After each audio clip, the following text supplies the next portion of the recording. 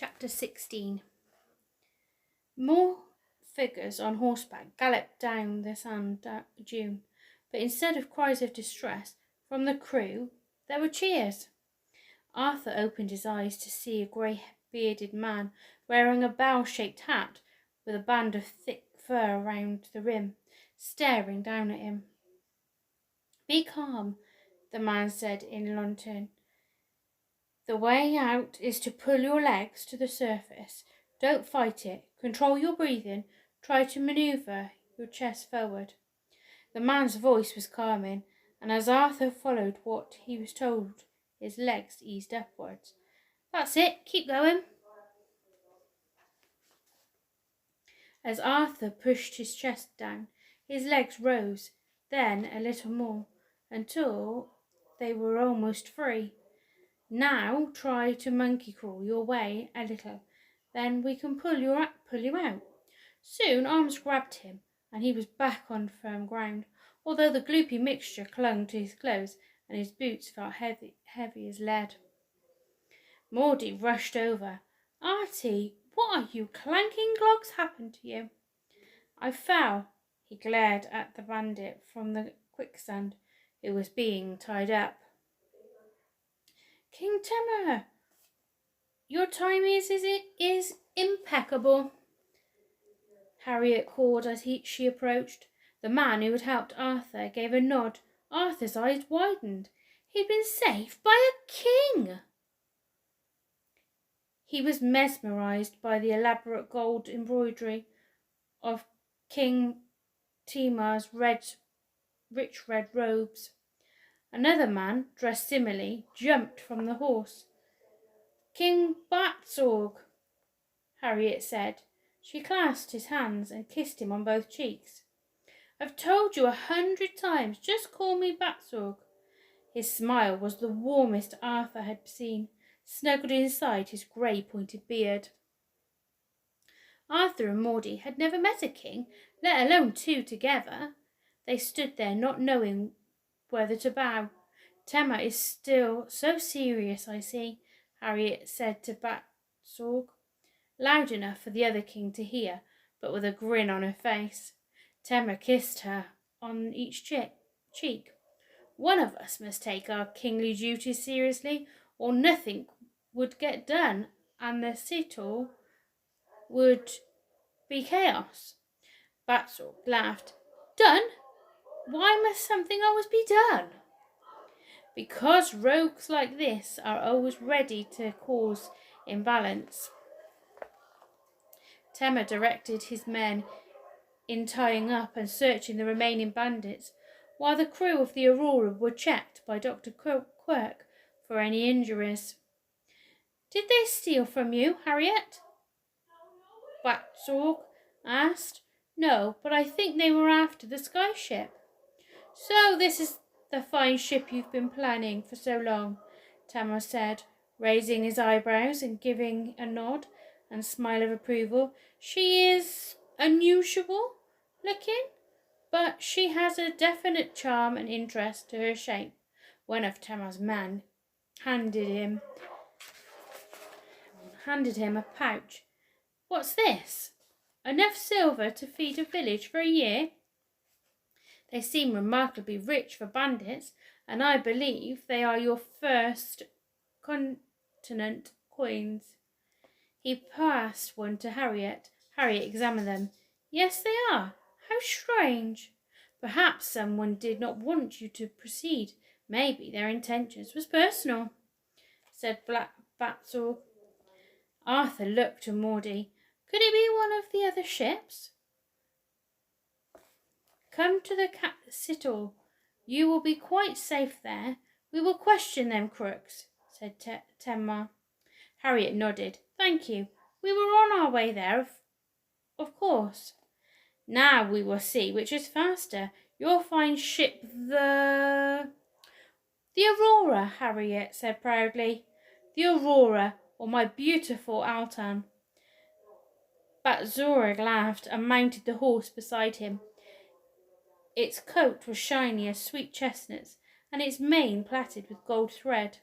It observed them with intelligent eyes, Batzorg whispered close to its ear, and the horse neighed approvingly. Definitely sapient, Arthur thought.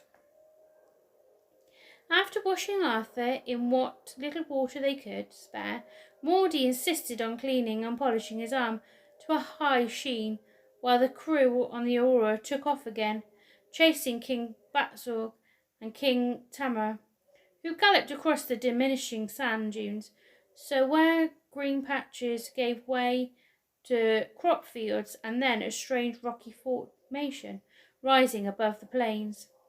As they drew closer, Arthur saw it was a great city built on the rock. It was magnificent, as though its monumental structures of engraved walls, elegant rooftops, and ornate columns had just grown from the stone. As the Azora descended, people rushed along the jetty.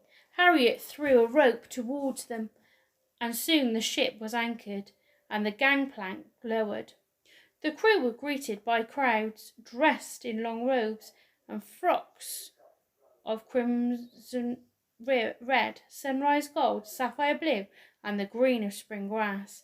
Most people wore hats or headdresses that were heavily embroidered or trimmed with dangling beads. A smiling and pink-cheeked child ran towards Arthur, bearing a bright green scarf made of a shiny material. She looped it around his neck and said something in the language Arthur did not understand, then giggled. Batzorg and Tamar greeted them. "I do believe the power of 4 legs is still better than these machines," Batzorg laughed, although Arthur knew that Harriet had been going slower than she could have. "And you've developed the water technology since we last met. There wasn't a trace of smoke in the air as you flew. Most remarkable. And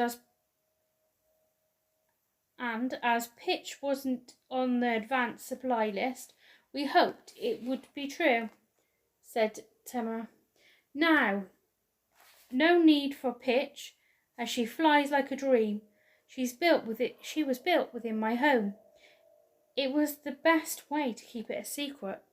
The perfect cover from prying eyes." But Zora clapped his hands excitedly. "Indeed, if we could trouble you to refill our water while we're here." "Of course, the wells of this citadel are never dry." But Zorg gestured to the elaborate fountain, sparkling in the sun. Then they led the crew to the great stone hall, carpeted by colourful rugs, with silver platters filled with exotic-looking fruits, colourful dishes of grain and vegetables, plump dumplings, and rich sauces. The crew sat on the rugs and scooped the food into small dishes and ate with their hands. "So your competitors didn't know your ship existed?" said Tamar to Harriet. "No, and a good job too. Other explorer families showed a great interest in the race to South Polaris, but each one dropped out as time went on, suddenly coming into more wealth or facing mysterious problems with their ships." Bought off or sabotaged?" said Batsburg. Harriet shrugged. "Who can say?" "Can we not persuade you to forget this challenge and stay here? We have everything you could ever want. Fine food, fresh springs, the best company. What is the point of always exploring anyway?" said Batzorg. "Indeed, it is a mystery to me," said Tamar. "Besides, there are reasons people do not live in Mosgazga. A sea would swallow you for breakfast," Batzorg continued. "Storms that could eat you for dinner. Biting cold, fearsome boulder Chona. You must be out of your minds." He laughed. "Mosgaza is what they call the third continent," Harriet said, seeing Arthur's confused expression. "The names we use are rather arrogant, putting ourselves first and letting everything else we discover in the wide fall in behind us. And what's Bodor Koa? Arthur asked. Batsor narrowed his eyes. Legend says one of the largest creatures in the wide lives in the great frozen forests of Gaza. Enormous creatures, as cunning as humans. You could call them. He looked at Tama for translation. Great wolves. Arthur's stomach clenched. Tama shook his head and affectionately put her hand on Batsor's arm. Hush, this talk is scaring them, Batsor. Anyway, we need not travel to the ends of the earth to see the deadliest creatures in the world. They are all around us. Very true, Harriet said. It's all right, Harry. We've met enough of you mad explorers to know there's no talking you out of going, said Batsorg. Thank you. We do appreciate your kind offer, but we must fly on into the night if we are to keep on schedule. Wow, everything is prepared for you, said Tama. He clapped his hands, and servants were soon trooping through the room, bearing bundles and baskets on their heads.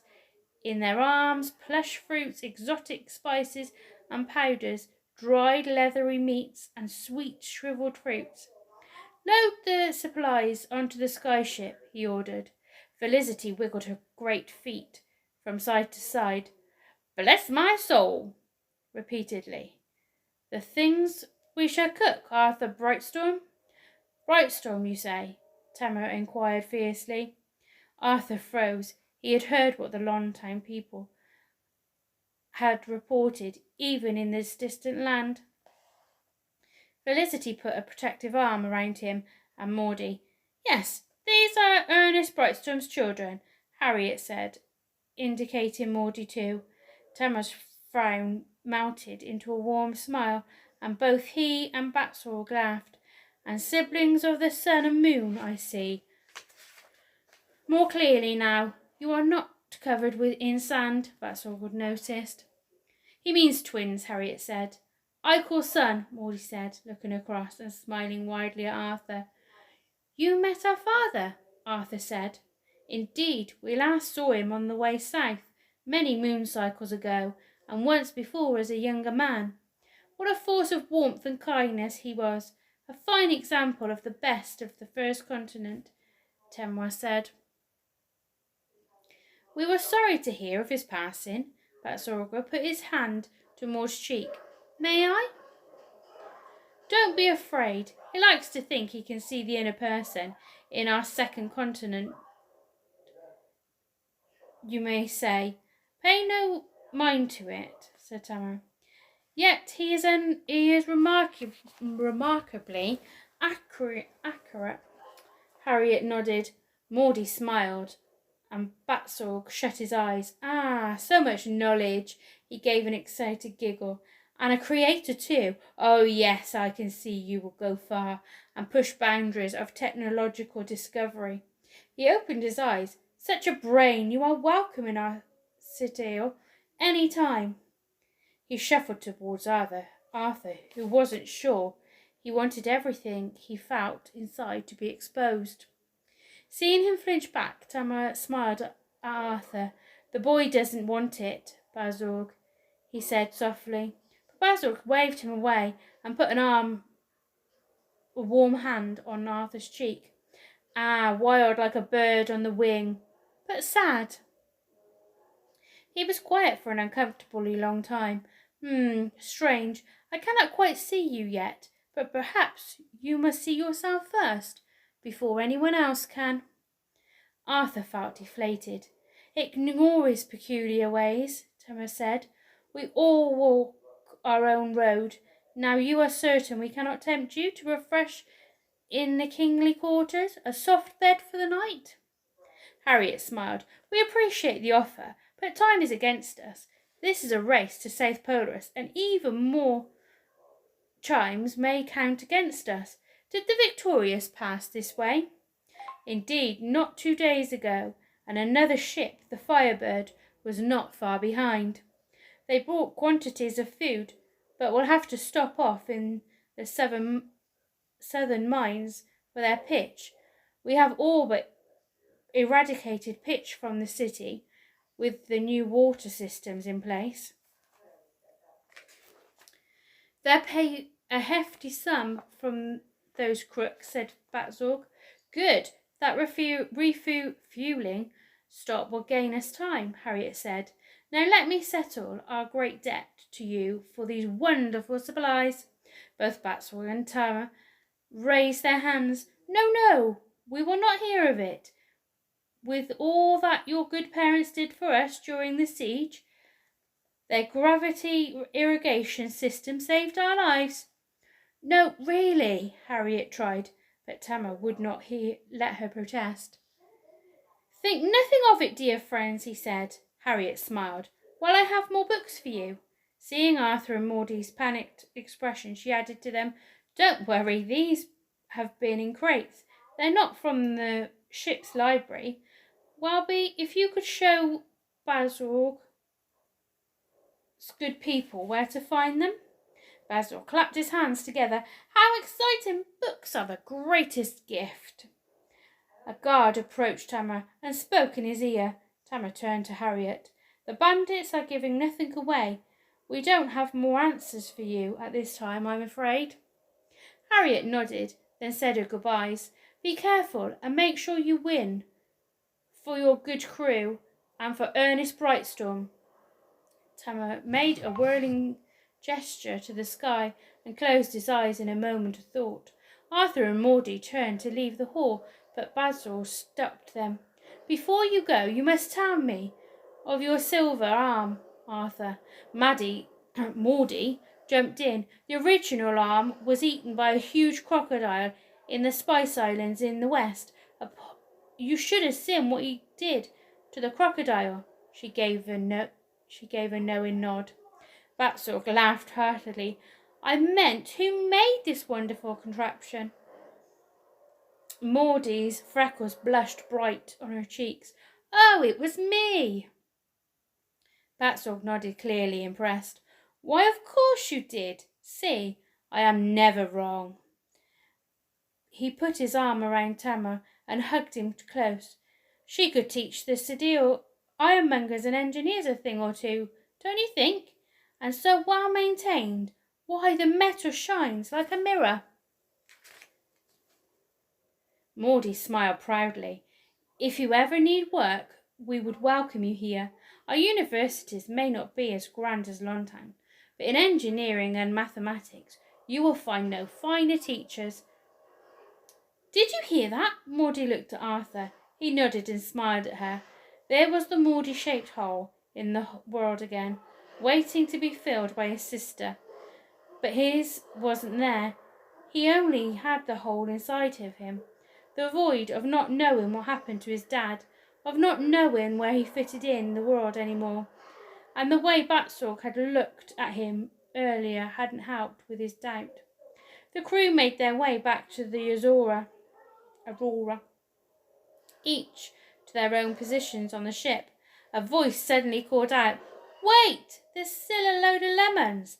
Fresh lemons? Felicity called, her eyes wide. Someone dashed up the gangplank with a great basket of lemons and handed them to Felicity. Arthur breathed in the scent. Dad used to make the best lemon ice biscuits whenever they had the fruits in Longtown Market, but they were rare in the first continent. Twice the size of any lemons I've ever seen. They positively made my toes tingle. Thank you, Felicity called. Suddenly a thought flashed through Arthur's mind about Armitage Wigglesworth's book. What is it? Maudie asked. You got that look where I can see the cogs of your brain turning. There's something I need to check in the library. Meet me there after duties, he said. The crew of the Aurora waved goodbye, then hurried to their positions, ready for takeoff. Nobody noticed the large silver insect scuttle along the bow, take flight, and speed away. Ooh, I wonder what that's all about. Bye. I'll probably see you tomorrow now.